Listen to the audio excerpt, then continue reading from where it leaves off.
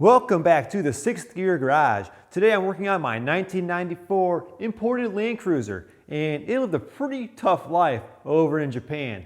Although it only has about 90,000 miles, it has 2 clicking Birfields and a sloppy right wheel bearing. So this is the perfect time to show you all how to rebuild the entire front axle knuckle assembly and replace the Birfield. Another sign that it's time for a knuckle rebuild is oil leaking from the seal on the back side of the knuckle. My 85 pickup is doing this. I'll do another video on that rebuild at some point because some torque specs are different, plus it has manual locking hubs. But the overall process is the same for all Toyota solid front axles. I'm just an average Joe doing this on my garage floor. I don't have a lift, a press, or any of the Toyota special service tools. Let me show you the tools that you do need. This is a spring gauge used to measure the bearing preload. I got this from Cruiser Outfitters when I ordered all the parts for the rebuild. Here's a 3-jaw puller, and I'll use this to remove the tie rod end from the knuckle arm. This can also be configured to a 2-jaw puller, so I'll get more use of this down the road. And you should already own one of these if you have a 4-wheel drive Toyota, but if not, get a 54mm socket. I already had this from wrenching on my 85 pickup. It's 1/2-inch drive, so it fits my torque wrench too. Another important tool for this job, brass drift punch set. These are used with a hammer to drive out the bearing races and install the new ones. The brass is soft, so they'll take the beating instead of the bearing race or the knuckle. I have some wheel bearing grease, and this is for the knuckle bearings. You want to be sure it's NLGI number 2 grease. Here's a pound of moly grease to pack the Birf and knuckle. Get a pound tub for each side. And some red high temp wheel bearing grease to pack the wheel bearings and hub. Here's some lithium multi-purpose grease.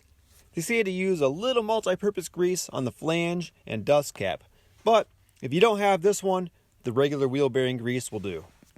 Borrow your wife's favorite baking pans from the kitchen. This is a messy job, so I keep a pan under the knuckle to catch the old moly grease, and then another pan as a nice place to clean the knuckle. And you'll want some gloves to pack the bearings. Maybe wear the entire time if you don't want black fingernails.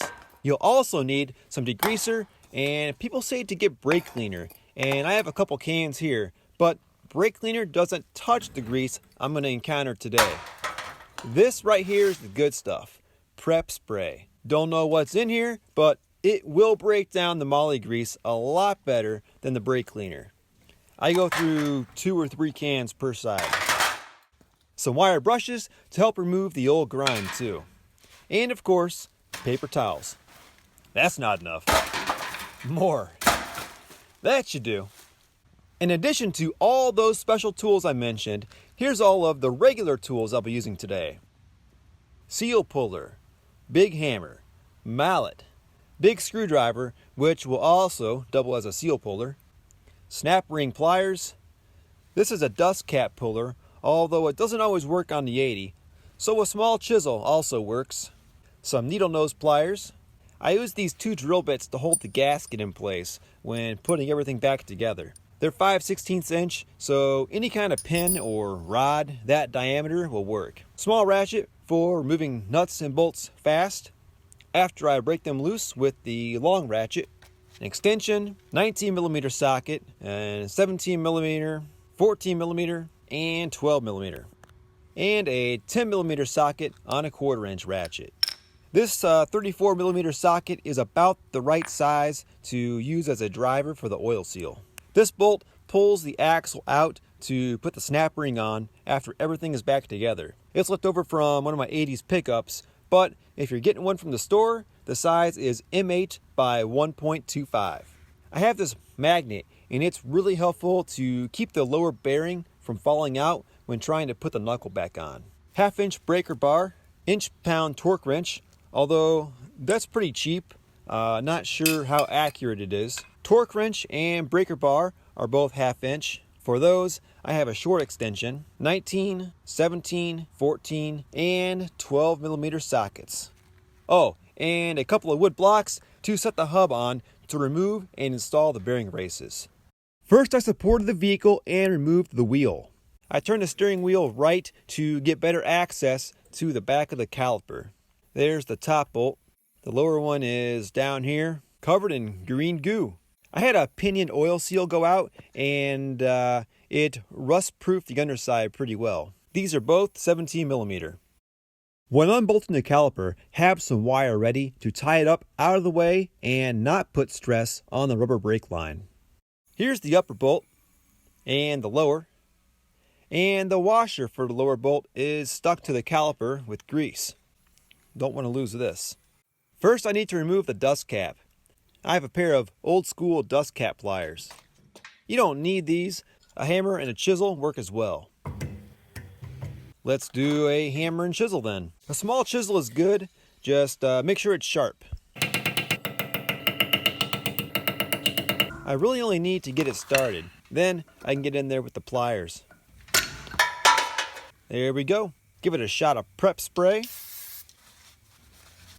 Now I can see the snap ring. Get a decent pair of snap ring pliers like these, and this is easy. Now I'm going to loosen the flange bolts. They're 12 millimeter. Don't take them all the way off, just loosen them past the end of the stud. Now get your brass drift. I'm glad I got this set of 3 because the different sizes are useful. Like right now, I'm getting the biggest one because I'm about to smash the hell out of these cone washers.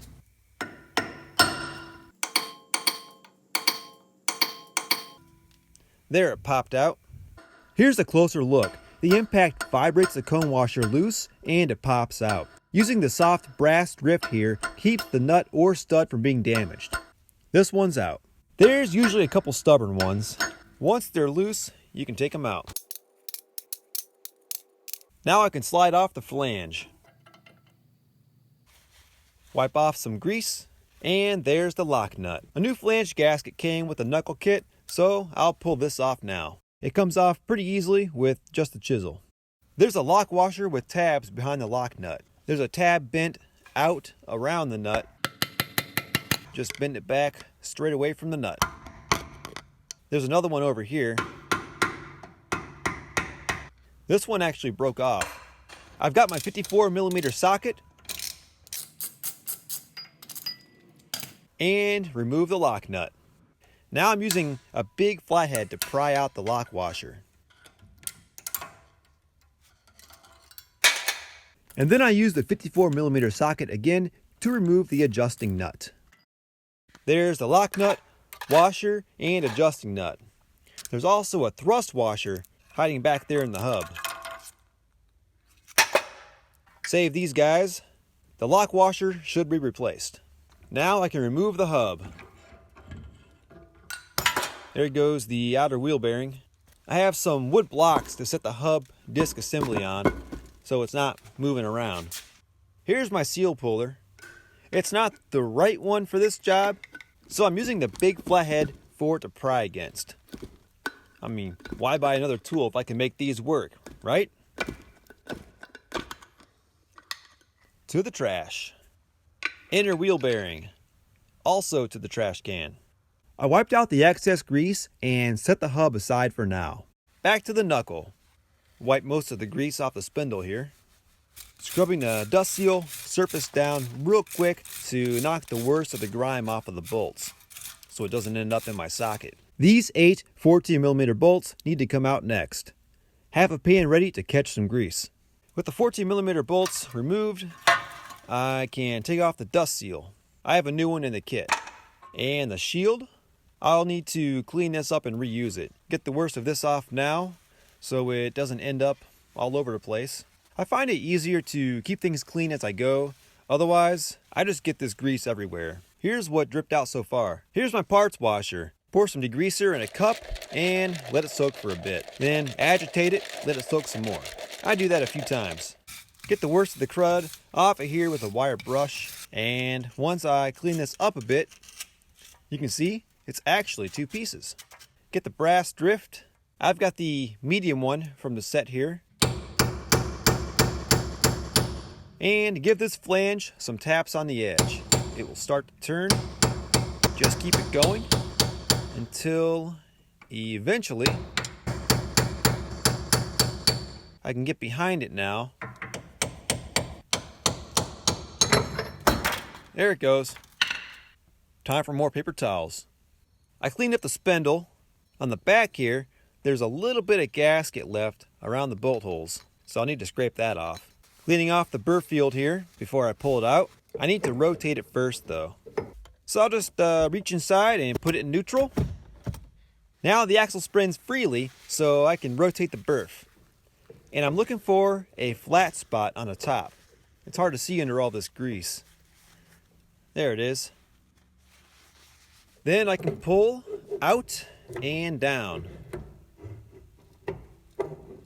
And it's... oh wait. I still had the wheel turned all the way right. Now it's centered. And it's coming right out, along with the axle behind it. This is the left side, so it's the long axle. And no, your gear oil should not look like the knuckle grease.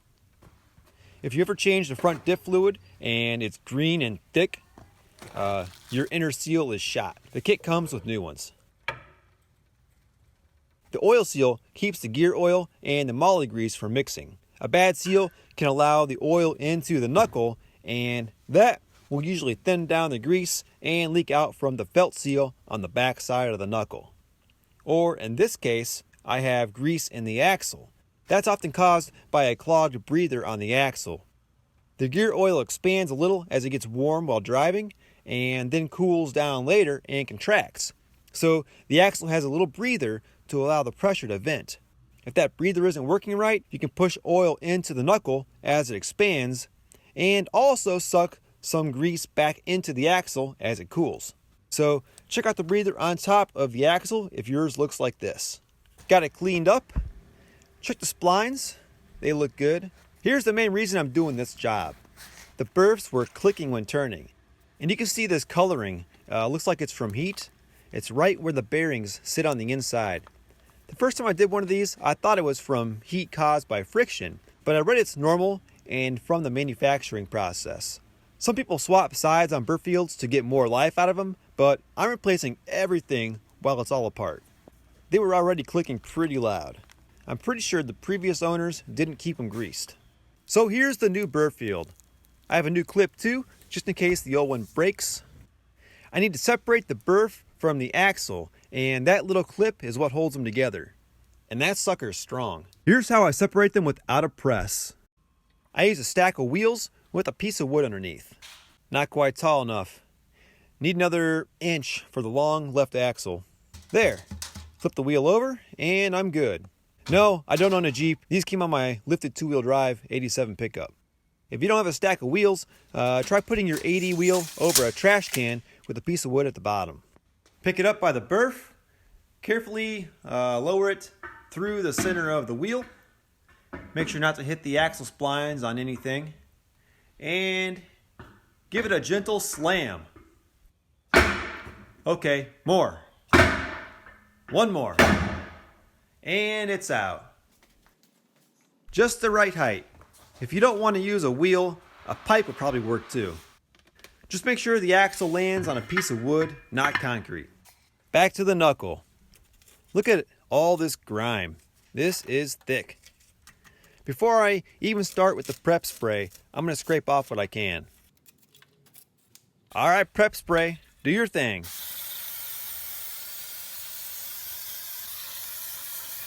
Get the steering arm too. Okay, that's a good start. It's easier to scrape the worst off when it's still installed, so it falls right into the pan. Next, I need to remove the steering arm. So, let's start with the castle nuts. Unbend the cotter pin.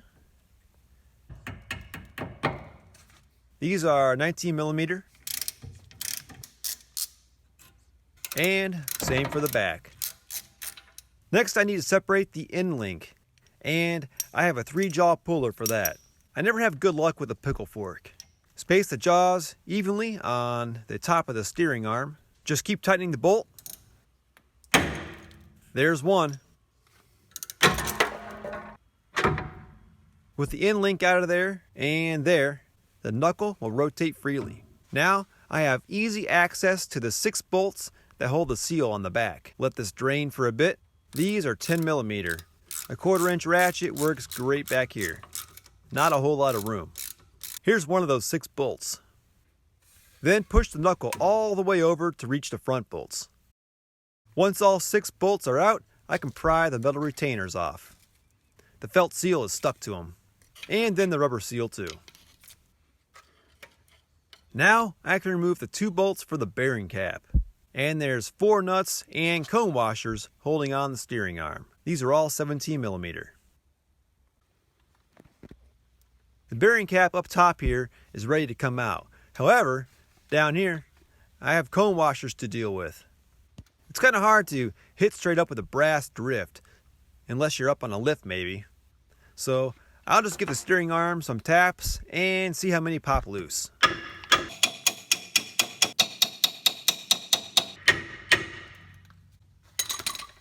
All right, 1 and just 1. I guess I'll use the brass drift then.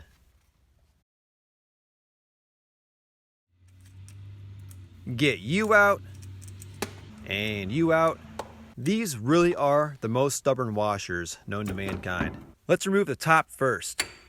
I'm tapping up through the bottom of the bearing with a brass drift. Let's go with the big one.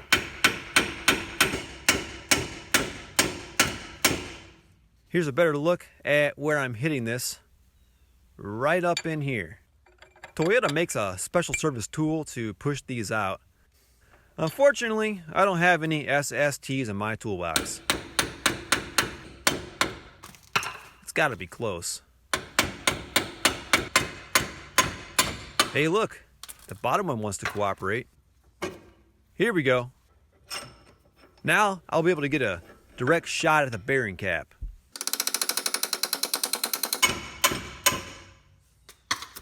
I was careful not to hit the studs there. And there it is. Then it was time for much prep spray and cleaning of parts.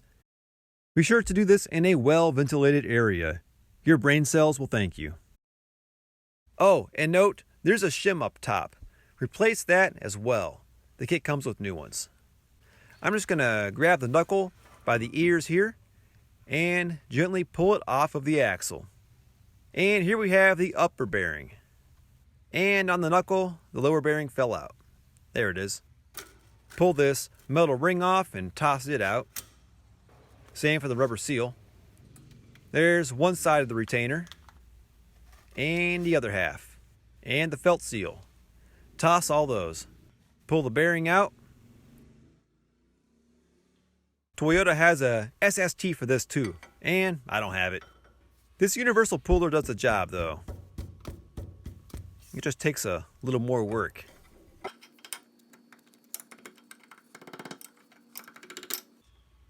To the trash. I got started cleaning the knuckle and letting it soak in some prep spray. Cleaned up the axle too, and now I can see the race for the upper and lower bearings. Notice these notches. They're up here too. That's where I'm going to go through and tap the race out with the brass drift.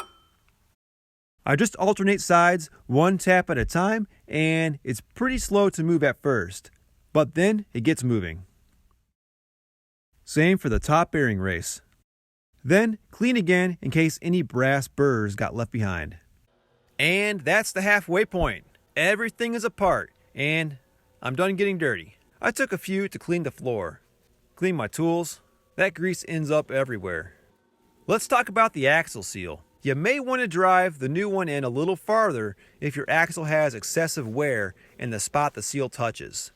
Mine's not bad, but I've seen some with the groove that your fingernail will catch on, and that can cause the oil seal to leak. You can remedy that with a speedy sleeve to cover the groove, or wit's end makes a driver to overdrive the seal to a new spot on the axle by 2 millimeters. I'm putting a little bit of grease around the edge here, not a lot, just so it's not dry when the seal slides in. And here's the seal, straight out of the freezer. We know things shrink when they get cold. Same goes for metal, ever so slightly. Every little bit helps here. Here's my driver, a 34 millimeter socket. If you're not comfortable using a socket, buy a proper driver. I've done this plenty of times, but if you're not careful, you can drive it in crooked. Nice. Time to put these on. Felt seal goes first.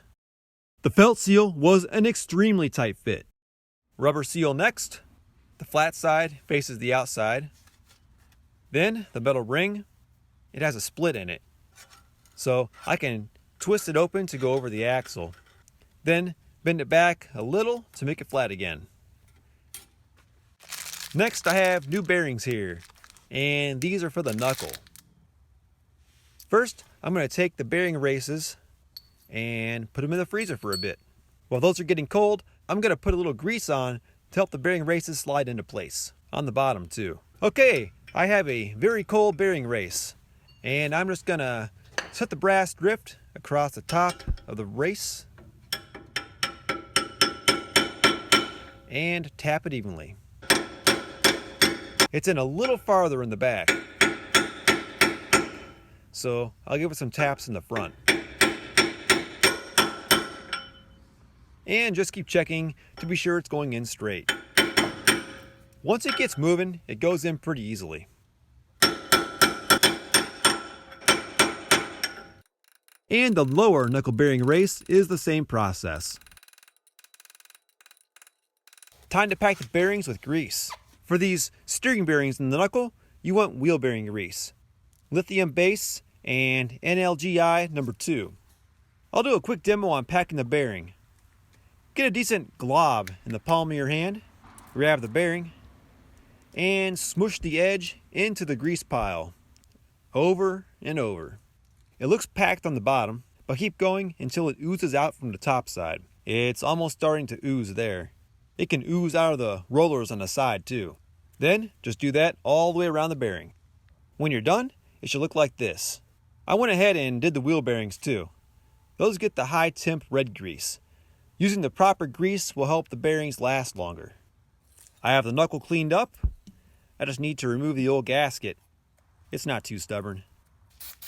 One more wipe down, and it's finally time to put things back together. Drop in the top bearing. Now the bottom one will fall out, so I use a magnet to hold it in place. You can actually turn this one on and off, which makes it easier to get out later. There's probably other ways, but the magnet makes life easier for me. Then carefully put the nice clean knuckle back over the axle. Let it balance itself there for a bit. I've got the bearing cap. I had this in the freezer, and I'm just putting a little grease on it to help it go back in the knuckle and bearing. Also make sure the correct amount of shims are installed. I can get it in place by hand. Give it a few mallet taps. Then tighten the 2 bolts evenly to pull it in place. Don't need the magnet anymore.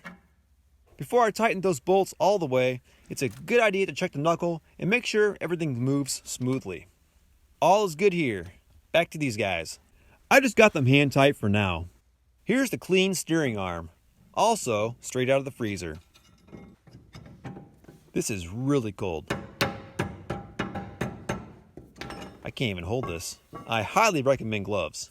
Installation is the same as the top bearing cap, except this uses cone washers, lock washers, and the nut. Just hand tight is good for now. Alright, everything is moving smoothly.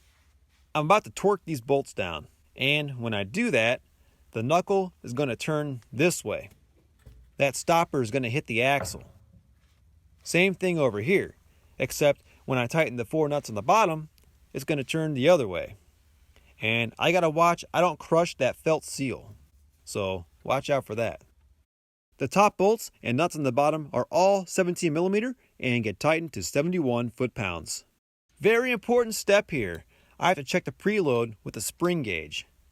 The knuckle needs to be somewhere between 5.6 and 9.9 pounds. Just hook it on the steering arm and pull slow and steady. Looks like I'm right around 8 pounds. Perfect. If the preload is off, that can be adjusted with extra shims under the bearing cap. the kit came with extra shims. The kit didn't include cotter pins, so I got some fresh ones since the OEM pins were kind of beat up. Drop the tie rod end links back into the steering arm. They might need a couple mallet taps. Then install the castle nut and torque it down to 67 foot-pounds. I had to turn this one back a tiny bit to get the slot to line up with the hole. Now the pin can go in. Same for the rear end link. Tap it in, then bend one of the legs of the pin back so it's not going anywhere. Alright, now I'm going back to get these seals. The seals are held in place by the retainer. It's 2 pieces. It fits together like this. So the splits are on the sides, not top and bottom. We'll start on the back side. First, the metal ring fits in the knuckle. Then the rubber seal sits over that. Then the felt seal goes over that. You just gotta make sure that the rubber seal stays in place right over the metal ring. Grab a retainer. I'll do the top first. I got a bolt started by hand. I do the top 2 first so I can still slide the bottom bracket on together like I showed earlier. Just get all 6 hand tight for now. I have an inch-pound torque wrench for these. It's just a cheap one. I think it was like 25 bucks. 48 inch-pounds is the torque spec for the 6 10mm bolts. And I can move on to the Birfield. Pop open that pound tub of moly grease. Get yourself a plastic bag. Not a sandwich bag. Something kind of beefy that won't stretch or tear. And use it to grab a handful of grease. Then turn the bag inside out. Kind of like picking up dog poop, but messier. Grab that shiny clean Birfield. I just hold it with my knees, or a vise will do if you're standing. Then get the grease bag. Find the very corner, and I'm going to cut it off. Maybe somewhere between 1/2 inch and 1 inch. Okay, got the corner cut. Now I can squeeze the grease into the Birf. Just keep a little pressure between the bag and the Birf so the grease fills up the inside. My wife has something like this for decorating cupcakes. She'd actually murder me if I used it for this. But if you're in a pinch with no decent bags... Alright, that's about full. When I push in the axle, grease should come out around the bearings. I've got the Birf lightly clamped in old red. This snap ring needs to be compressed for the axle to slide in. What I like to do is get it started. See that grease oozing around the bearings? That's perfect. This part's tricky. The snap ring needs to be compressed all the way around the axle for it to slide in. I prefer to use a big flathead screwdriver. Get one end started and then push that side of the axle in to hold the snap ring in place. Then just work your way around and keep pressure on the axle. Once the snap ring is seated all the way in the groove, the axle goes right in. Ah, crap. The other side popped back out. I took too much pressure off that side. I've tried a zip tie on the snap ring and a hose clamp on the snap ring, but this worked best for me, and it's also the least messy method. It could take a couple of tries to get the hang of it.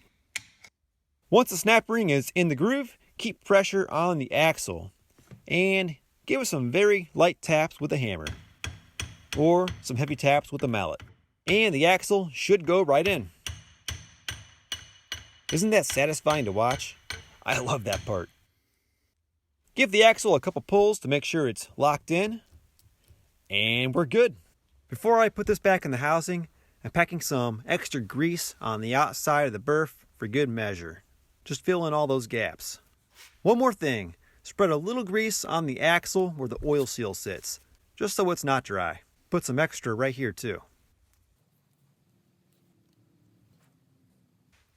Now, I'm carefully sliding the axle back into the housing, trying to touch the seal as little as possible.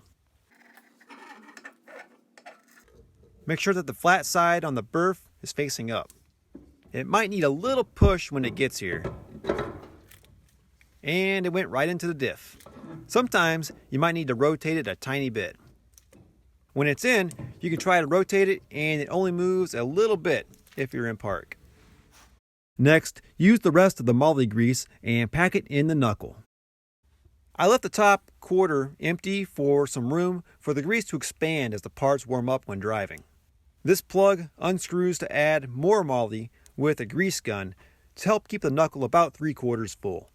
I doubt the previous owner of my 80 ever did that, and that's why both Birfs were clicking at 135,000 kilometers. You gotta keep them greasy. Here's the octagon-shaped gasket that goes on before the spindle, and this is where those 5/16" drill bits come in handy. You could use a rod or anything with the same diameter. Oh, and the little cutout goes on the bottom edge. Before I install the spindle, I'm putting a little moly grease on the bushing here where there are these 2 grooves. Then the spindle slides on. Next comes the dust shield. I need to wipe this one off a little better. Then the round gasket goes over the dust shield. Again, the cutout is on the bottom. And finally the seal.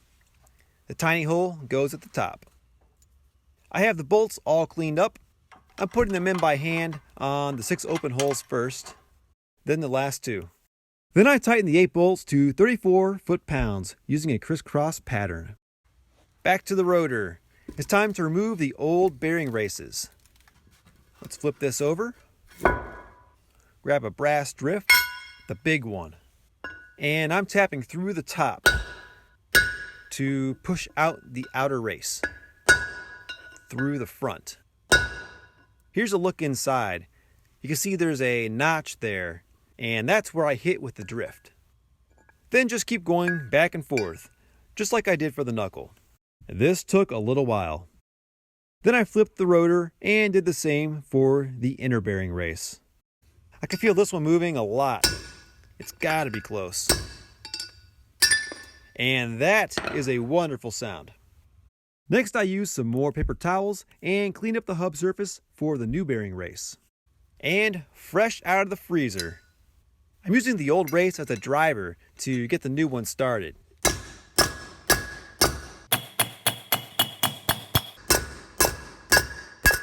And that's about as far as I can go with this. For the rest, I'm just using the brass drift and alternating sides until the race is all the way in.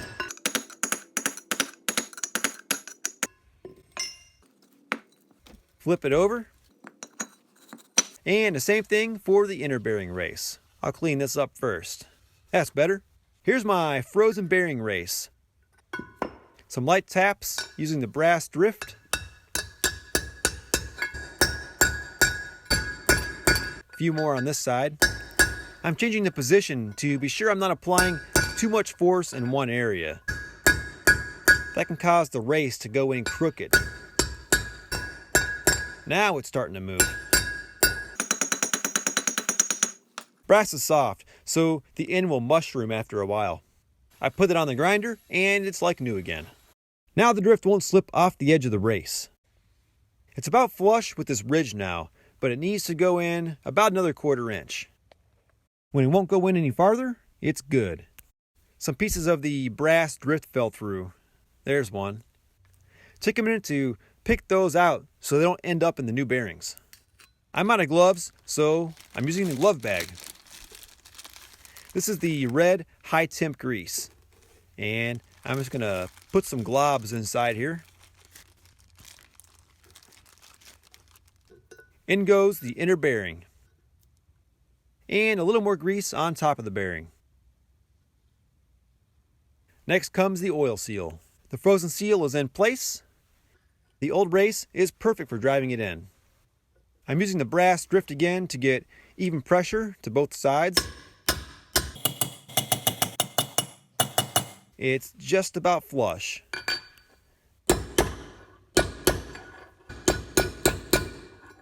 That'll do it. Before I put this on, I need to clean it with brake cleaner. Look at that. One more for good measure.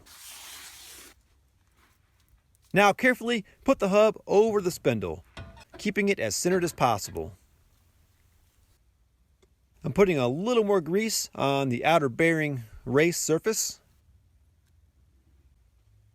Then the bearing goes in, all the way in like that. And some more grease on top of the bearing. Then the thrust washer goes on. Next comes the adjusting nut. I'm tightening this nut to 43 foot-pounds. Give the hub a few spins, just to make sure everything feels right. And this just helps get the bearings seated 100%. Turn it the other direction too. Now torque to 43 foot-pounds again. And then loosen it. And then tighten it up again so it's really hand tight, although this may need adjusted in a minute. Alright, I've got the spring gauge here, and I'm looking to get in the range of 6.4 to 12.6 pounds. So I'm hooking it onto the stud and turning the hub. Right around 8 pounds. Pretty good. Now I can install the new lock washer. It only goes on one way. And finally the locking nut. And the locking nut gets torqued to 47 foot-pounds. Giving it a spin, everything still feels good. A couple more checks with the spring gauge and I'm still good, right around 9 pounds. If I was out of spec there, I'd have to go back and adjust the torque of the adjusting nut a little bit. Now it's time to bend the tabs of the lock washer so everything stays put. This tab here, I'm going to bend forward on the locking nut. And this tab here, I'll bend backwards onto the adjusting nut. The lock washer is soft metal, so I just bend it forward with a big screwdriver. To bend it back, I used the same big flathead and tapped it with a hammer. Here's a good look at the tab on the adjusting nut. I was able to bend 2 tabs onto the locking nut. I got some red grease on the hub surface here. Clean that up. Here's the new flange gasket. The hub's all cleaned up. I'm putting a little multi-purpose grease on the splines. And then slide the flange right on. May need to rotate the hub a little to line up the splines. Next, I installed the set of 6 cone washers, lock washers, and nuts, and torqued them evenly down to 26 foot-pounds. Now it's time for that special bolt, size M8 by 1.25. Just thread it into the end of the axle, and I'm just prying it out with the big flathead screwdriver, just far enough to see the groove for the snap ring. And then the snap ring goes back on. I like to give it a little turn just to be sure it's all the way in the groove. They say to put some multi-purpose grease into the dust cap, just not too much that it oozes out. I can kind of press this on for a second, then give it some light hammer taps to press it all the way on.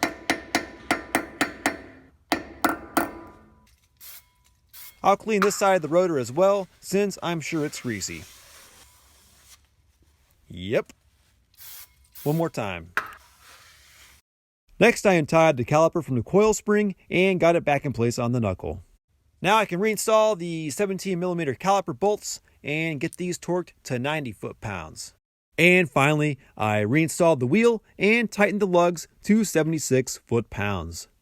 This rebuild wasn't too difficult, it just takes a while. I'd guess a few hours for each side, maybe more if it's your first time. If you have any questions, hit me up in the comments. Thanks for watching. Consider subscribing for more how-to videos and project vehicle updates here at the 6th Gear Garage. Congratulations, you made it to the end. Here's some bloopers. Oh, shit. Right in the muck. And in the muck again. Well, I just broke that.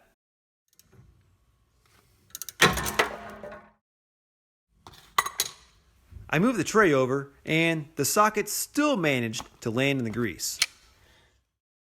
At least the pullers stay clean. And always cut with the blade pointing toward your leg. I'll have to leave this part out. Don't be dumb like me, kids. This blade's too dull to cut anything anyways. Be right back. And then the dust cap goes on here, and bloop.